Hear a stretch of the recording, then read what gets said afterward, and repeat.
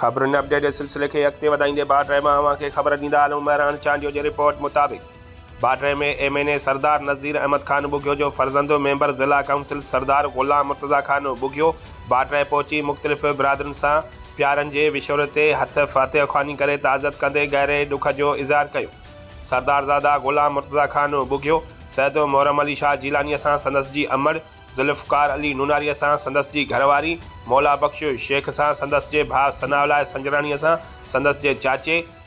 लुत्फ़ कोलाचीअ सां संदसि जे भाउ महमद मिठल बिरोही ऐं नज़ीर बिरोहीअ सां संदसि जी चाचे ऐं उन खां पोइ बाड्रे मीडिया हाउस ते पहुची ग़ुलाम शबीर हैदरी ऐं महमद सलीम लोहर सां संदसि जी अमड़ ऐं हैदरी हाउस ते पहुची महमद उमर फलपोटो सां संदसि जे भाउ मुख़्तियार अहमद फलपोटो सां संदसि जी घरवारी, लाल बख्श बिरोही अल्लाह बख्श बिरोहीअ सां संदसि जे भाउ हाजी ज़ैन फलपोटो सां संदसि जे फर्ज़नि जूं ताज़तियूं कंदे गहरे ॾुख जो इज़हार कयो। उन मौक़े ते PP सिटी सदर डॉक्टर मुनीर अहमद शेख, सैयद सद्दाम हुसैन बुखारी, महमद हाशिम चांडियो, ग़ुलाम अलाई चांडियो, सज्जाद हुसैन फलपोटो, परवेज़ आशिक फलपोटो, हसनैन अलायार चांडियो, इनायत लाशारी, ख़ालिद हुसैन फलपोटो, सरदार महमद इसाक दमड़ी, नज़ीर महमद कांदड़ो साणसि गॾु हुआ।